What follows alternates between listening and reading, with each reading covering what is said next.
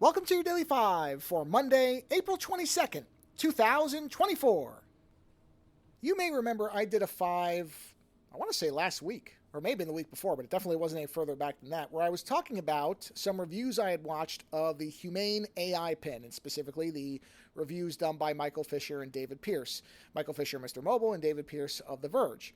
And I had said that, paradoxically, I was more interested in this device based on their negative reviews than I had been on the marketing materials that the company had released. But nonetheless, they were negative reviews that point out that the device worked less than half the time based on what they were trying to do with it. But their aspirational ideas of what it could do were the exciting part. And I had said, well, maybe in version 2, version 3, this will be something I would actually be interested in.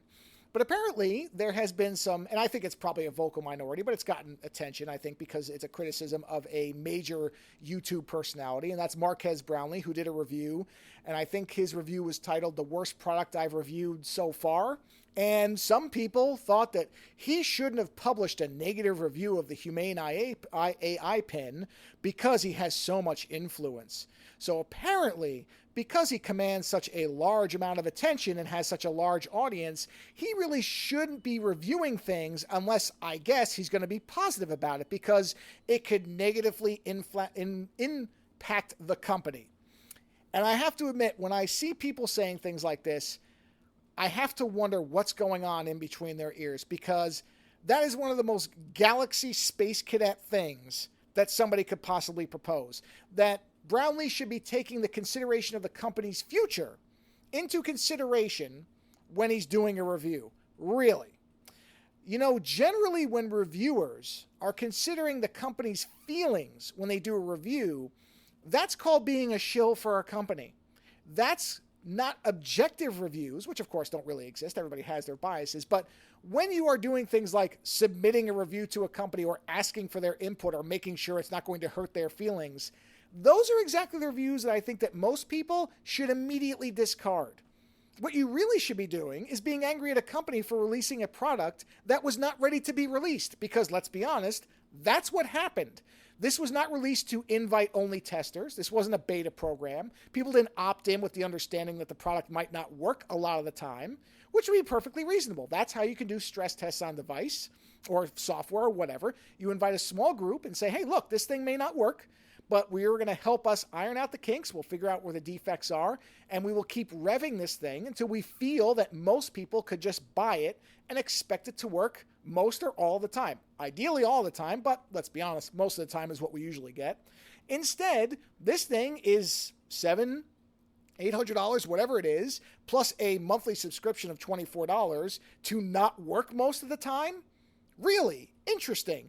That's a hell of a business model, and people are angry at Marques Brownlee for criticizing a device that doesn't work, that costs $800 with a subscription, and that's what people are upset. Somebody called it unethical because of how it could impact the space in the company.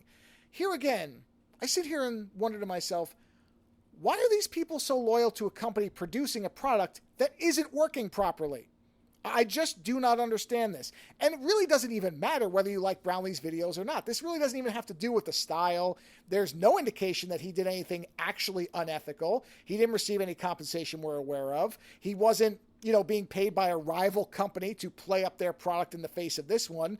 Nobody has pointed out anything that could be actually construed as really unethical. These people are saying something is wrong because it's not defending a product or a product space they happen to believe in.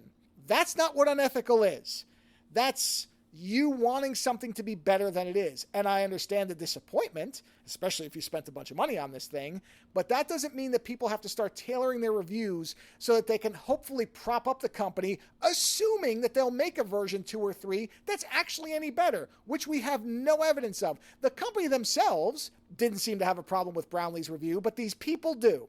Again, likely a very vocal minority, not most people who understand how reviews are supposed to work and what reviews we should be valuing, which are not the ones where a company has input on them.